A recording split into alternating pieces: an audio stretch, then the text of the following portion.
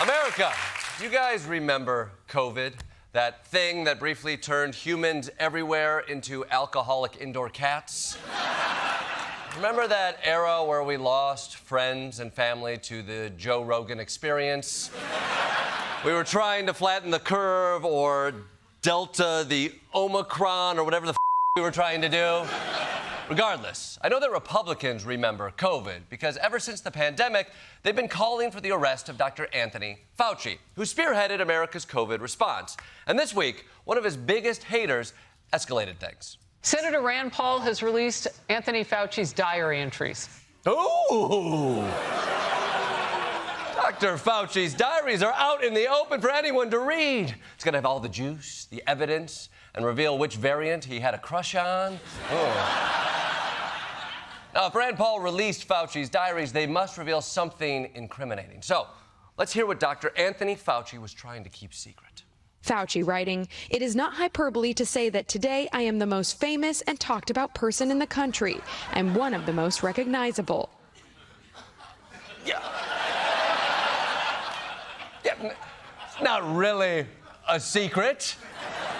Everyone knew that. I mean, I literally saw Fauci more than I saw my parents. Mostly because they couldn't figure out how to turn on the Zoom camera. What else you got? He said, quote, "The press still hot and heavy about me. Multiple stories per day directly or indirectly involving me." Yeah. Again, he was famous. We know that. A lot of us had Fauci fever. I mean, the pandemic made us say crazy things or wear crazy things, you know?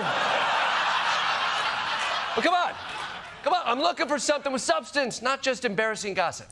In another diary entry, Tony is writing about an Instagram post with supermodel Tyra Banks. And Tony Fauci wrote, quote, "One person said that Tyra was very sexy, but that I was even more sexy than she was."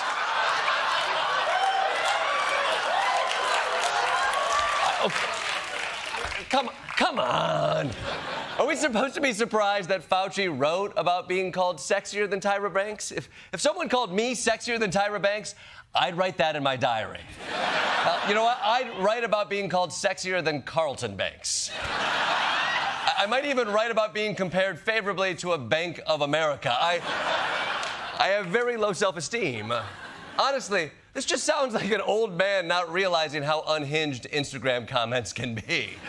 Then another commenter used an eggplant and a water splashing emoji to, from what I understand, emulate an ejaculating penis. Needless to say, a great honor. Look, Rand Paul, Dr. Paul, DJ, Paulie Rand, we don't care about Fauci's interactions with celebrities. Give us some entries with answers. Had great call with Barbara Streisand. I told her that I work listening to her songs on Alexa. She really did not know what Alexa was. I accidentally butt called her later in the evening. You butt dialed the Barbara Streisand, the funny girl, the Dolly Levi, the Yentl Mendel, the Esther Hoffman Howard. So basically, these diary entries didn't reveal any shocking revelations about Fauci's criminal negligence or intent. But that didn't stop Republicans from dragging Fauci into Congress yesterday and grandstanding on it. Somewhere along the line, it became all about you. You became a narcissist and a megalomaniac and a liar. And you've lied to the American people, and you've lied to this body. Wow. Strong start, Senator Josh Hawley. And by the way, I love the hair.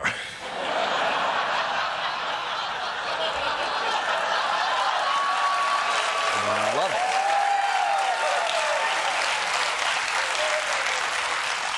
Something about that hair, it just makes you look super cool, man. And smart. No notes. All you need to do now is bring it home. You know, hit him with a closing line that makes everyone stand up and cheer. You've done more to harm science than anybody in my lifetime. And I hope you'll go home and write that in your diary. Thank you, Mr. Chairman. Is this thing on? Is this thing not on? Let's see. Anyone here been to Wuhan? Anybody? Of course, Republicans weren't just there for political theater. They were hoping to get Fauci to say something on the record that they could use to incriminate him. Unfortunately for them, Fauci had an answer for everything. excuse me, one answer for everything. Are you disappointed how you handled COVID? Do you have any regrets? On the advice of counsel, I respectfully decline to answer based upon my rights under the Fifth Amendment to the Constitution. On the advice of counsel, I respectfully decline to answer under the Fifth Amendment. I respectfully decline to answer. What color tie are you wearing? On the advice of counsel, I respectfully decline to answer.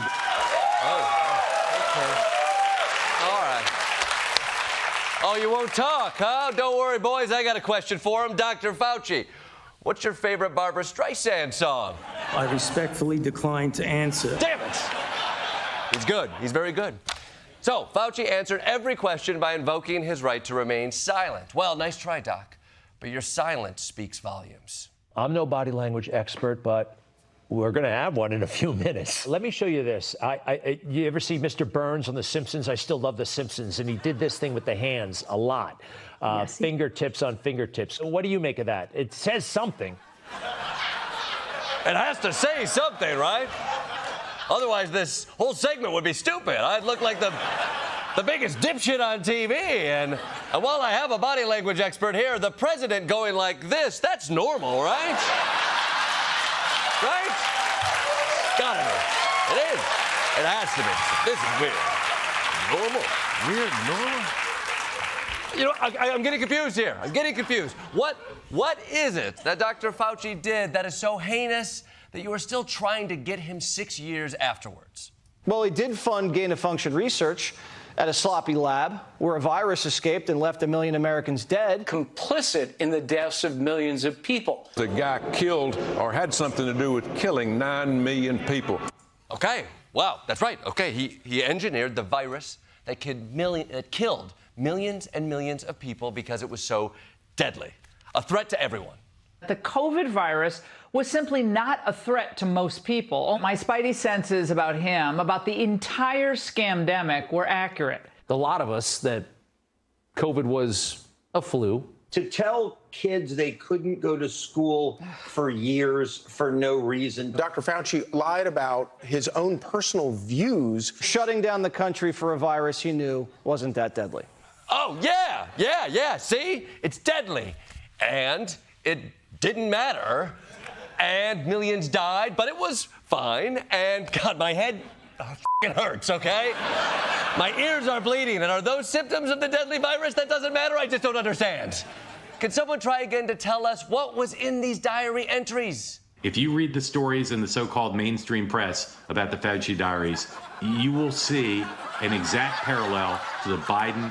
I'm sorry. I can't hear you over the pipe. What's going on here? Are you guys trying to solve COVID or a murder on the Orient Express? But enough about Dr. Fauci. Shall we retire to the hot tub, my dear boys? Chop, chop. Listen, guys, can we dial this back a bit? I'm not saying Anthony Fauci made no mistakes, but it's not like the man is Hitler. Fauci's guilty of mass murder and crimes against humanity on a scale of a Hitler and a Joseph Mengele. Okay. I stand corrected. Fun fact, Hitler also committed all his crimes to meet Barbra Streisand. Fun fact. By the way, if you think America's response to COVID was really that horrible, is there someone other than Fauci you might put some blame on? Maybe somebody Fauci worked for, could even be somebody you may have met 1 or 2 or 3, 4, 5 times. Maybe a little turn around the room might jog your memory, no? Donald Trump!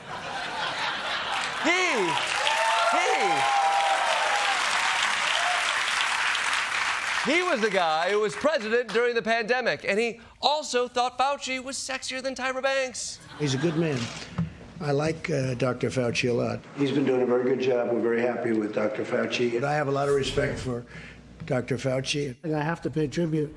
We have, whether it's Dr. Fauci, we have the best people on earth.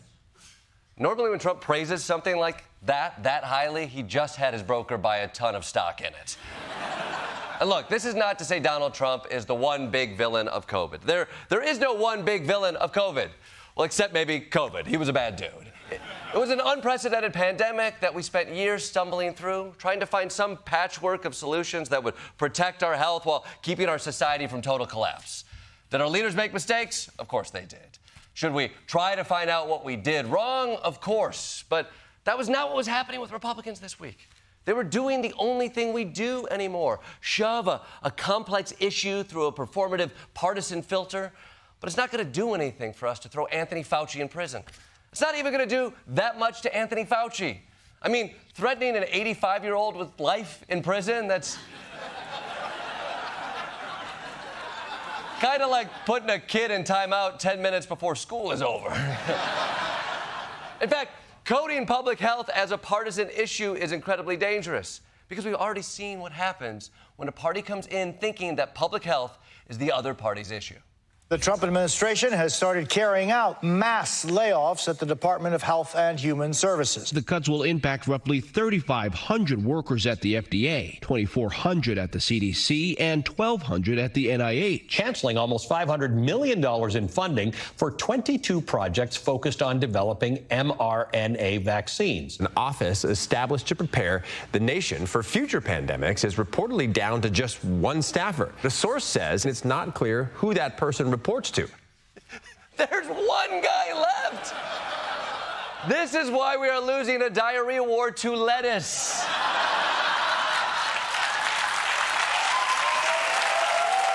It's the flimsiest vegetable. It's the flimsiest vegetable. So here's the point, America. How about instead of looking for partisan scapegoats for the last pandemic, how about we for once work together to find out how we can focus on preventing the next one? I think that whole thing is a plan even Dr. Fauci could agree with. What do you say, Doc? I respectfully decline to answer. Gotcha. Saving it for the diary. I get it.